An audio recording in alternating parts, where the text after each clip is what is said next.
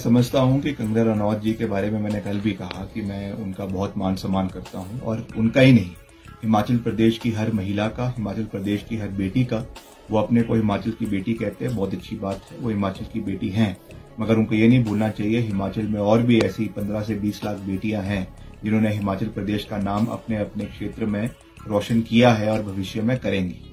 आज तक मैंने उनसे पूछा कि मनाली में उन्होंने, जहां पे कल वो जिस मंच के ऊपर बात कर रही थी, उन्होंने राजनीतिक भाषण तो दिया, उन्होंने अपशब्द का इस्तेमाल तो किया, मगर क्या उन्होंने आपदा के समय में 1 रुपए का योगदान मनाली के लोगों को दिया? वो कहती है मेरा घर मनाली में है, मगर क्या मनाली के लोग के साथ वो कंधे से कंधा मिलाकर खड़ी रही? वो कहती हैं कि मैं उस समय राजनीति में नहीं थी, मैं उस समय कोई चुनी हुई पद के ऊपर नहीं थी। मैं उनको ये कहना चाहूंगा कि समाज सेवा के लिए, अपने लोगों के साथ खड़ा होने के लिए कोई पद की आवश्यकता नहीं होती है। अगर आपके मन में सेवा भाव था तो आप आपदा के समय में यहाँ पर आती, लोगों का समर्थन करती, और सरकार को भी जो आपने नाममात्र समर्थन किया उसमें भी आपने किस तरीके से बहानेबाजी करी, किस तरीके से आपने कहा कि कभी कहा सर्वर डाउन है, कभी कहा ट्रांसफर नहीं हो रहा है। मैं उनको कहना चाहूंगा कि जिन बच्चों ने मुख्यमंत्री जी से मिलकर, अपने छोटे छोटे स्कूली बच्चों ने अपने गुल्लक देकर, कईयों ने 100 रुपए, कईयों ने 200 रुपए, कईयों ने 300 रुपए दिए, तो वो श्रद्धा भाव से दिए। अगर उसको देते हैं, अगर योगदान दिया जाता है, एक हाथ से दिया जाता है तो दूसरे हाथ को उसके बारे में पता नहीं होता है। इस तरीके से वो दिया जाता है, मगर इसको पब्लिसाइज कर जो सहानुभूति लेने की कोशिश उन्होंने करी है वो दुर्भाग्यपूर्ण है, पर हम उनका मान सम्मान करते हैं। मैंने उनको कल भी कहा कि मुद्दों के ऊपर बात हो। आज वो ओपीएस के बारे में कह रही थी कि पेंशन हमने नहीं दी, शायद उन्होंने अपना होमवर्क ढंग से नहीं किया मैदान में उतरने से पहले, या वैसे तो वो ट्यूटर होकर आती हैं, उनके जो साथ मीडिया की टीम चल रही है उनको अच्छी तरीके से प्रदेश के मुद्दों के बारे में जानकारी देनी चाहिए। हिमाचल पहला राज्य है जहां पे पूरे तरीके से ओपीएस को लागू किया गया, पहली कैबिनेट मीटिंग में किया गया।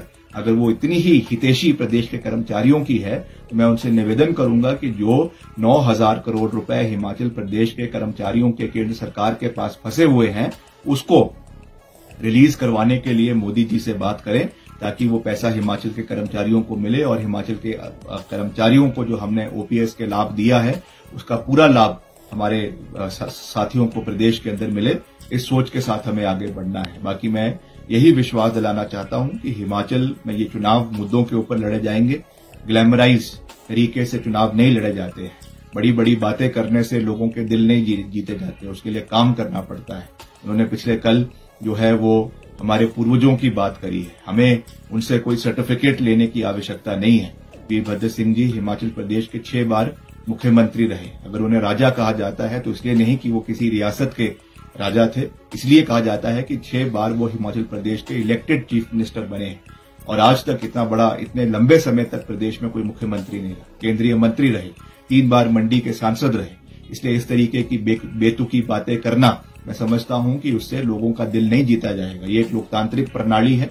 हम 1947 के बाद एक डेमोक्रेटिक जो है वो संस्था में रहते हैं, देश में रहते हैं, मगर मैं उनको क्या कहूं जो ये सोचते हैं कि भारतवर्ष को आजादी ही 2014 में मिली, और उन्होंने केवल कांग्रेस के लोगों का अपमान तो किया ही है, मगर मुझे दुख है इस बात का कि उन्होंने श्रद्धेय स्वर्गीय अटल बिहारी वाजपेयी जी का जो है वो अपमान भी किया है। अगर वो ये कह रही हैं कि हमको आजादी 2014 में मिली, तो जो 1998 से लेकर 2004 तक माननीय स्वर्गीय वाजपेयी साहब की सरकार देश के अंदर रही, उसमें भी जो बड़ा कॉन्ट्रीब्यूशन देश के लिए रहा, उस समय जो पहला एटॉमिक न्यूक्लियर टेस्ट जो है वो करवाया गया, जो हमारी आंतरिक सुरक्षा के लिए बहुत आवश्यक है, जिसकी शुरुआत पूर्व कांग्रेस पार्टी की सरकारों ने करी थी, मगर उसको लॉजिकल कंक्लूजन तक ले जाने का कार्य एनडीए सरकार ने वाजपेयी साहब के सरकार में किया।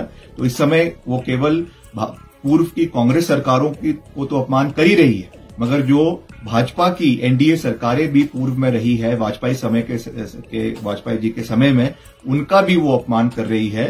मैं समझता हूं कि ये एक बहुत चिंता का विषय है, और आरएसएस को, विश्व हिंदू परिषद को और भाजपा के वरिष्ठ नेताओं को इसके ऊपर चिंतन और मंथन करने की आवश्यकता है।